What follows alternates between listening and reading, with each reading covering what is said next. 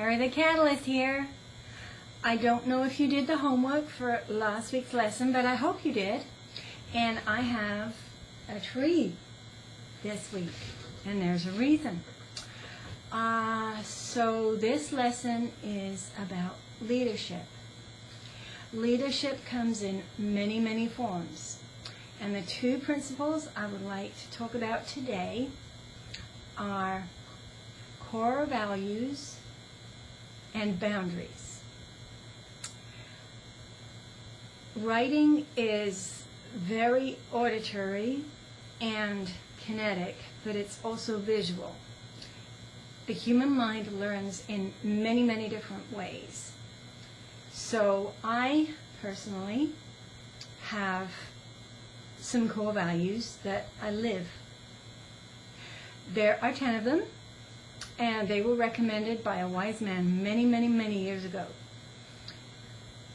So they basically are things like don't lie, don't steal, don't cheat on your wife.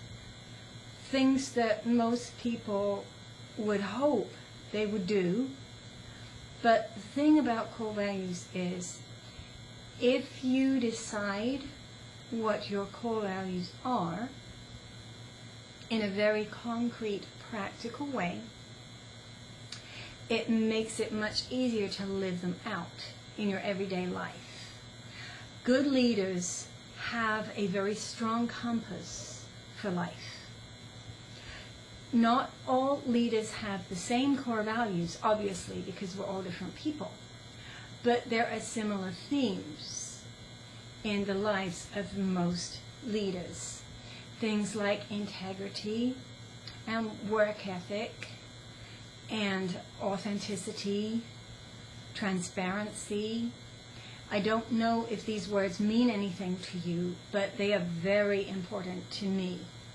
I don't consider myself a leader per se, but I know that every person breathing is connected with others. So in my view, every person breathing has influence with others. And when you live out your core values, it gives you, like I said, a very strong compass for life. And it helps you avoid something called situational ethics. I personally have a real problem with situational ethics because I believe that black is black and it always will be, and situational ethics have nothing to do with it, but that's my choice. That's one of my core values, that I believe right is right even in a tough situation. It's still right, but that's my choice. Many don't choose the same beliefs, and obviously you are welcome to choose your own beliefs, but this lesson is about a core leadership skill that I value, that I call core values. That's not necessarily what others call them. So I encourage you this week to sit down and decide what you would like to live by. Whether you believe in situational ethics, that black is not always black, sometimes it may be gray, or if you believe that white is always white and it always will be. Most people don't take time to sit down and think about these things and write them down and really, really take time to consolidate these values in their life. So that's why they're led by emotion, or they're led by peer pressure, or they're led by the opinions of others. But when you have a rock solid core value system that you believe in and you want to uphold in the earth, then there's very little that can sway you from that. And a wise man told me years ago, if you make a decision beforehand hand, if you are ever in that situation, it will not be a choice. I've seen many people, and they make decisions based on emotion. This same wise man said, things can be good and they can be bad. And he was talking about passion. Passion is awesome. I love passion. I love people with passion because they know where they're going. But passion can be destructive in certain situations. And he used an analogy of a fire. And he said, in a fireplace, a fire is wonderful. It will keep you warm. It can cook food.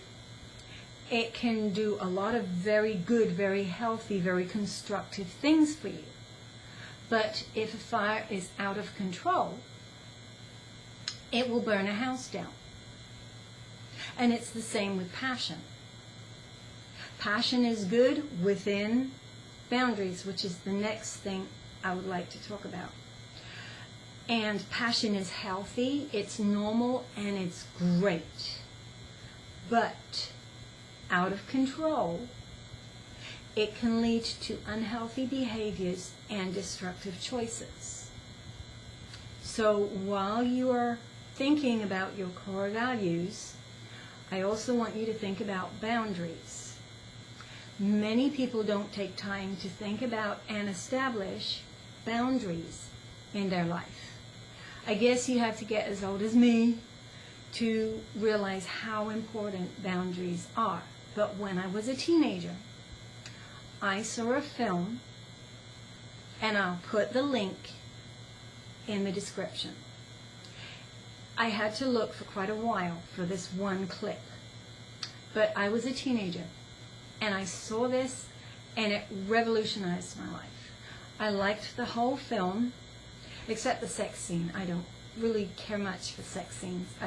I really don't. That's just me. And I wasn't one of those teenagers who would go to a movie just to go to a movie because they were bored.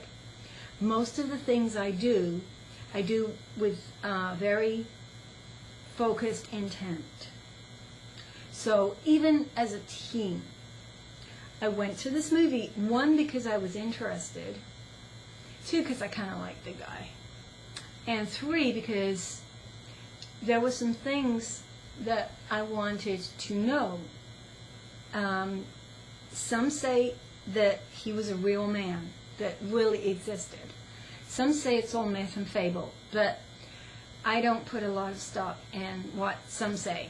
So the jury's not out on that yet, whether it's real or fiction, but there were a lot of historically accurate things in the film. But it was this one scene that had to do with boundaries. And there's a country song that says, if you don't stand for anything, you'll fall for everything. Or, that's probably a misquote. I've never heard the song. But basically, if you don't stand for something, I'm such a redhead. If you don't stand for something, you'll fall for anything, which goes back to core values, because you know what you stand for, and boundaries. A very old, at the time, man called Sir Laurence Olivier said these words, and he was talking about land. He owned a lot of land, but he was very strategic. His family had bought it years ago. He said, I've seen others sell off bits of theirs, a little here, a little there, chipping away at the edges. In the end, they have nothing. And that is how I view boundaries. If you let people chip away at your boundaries, in the end, you will have nothing. See you next time.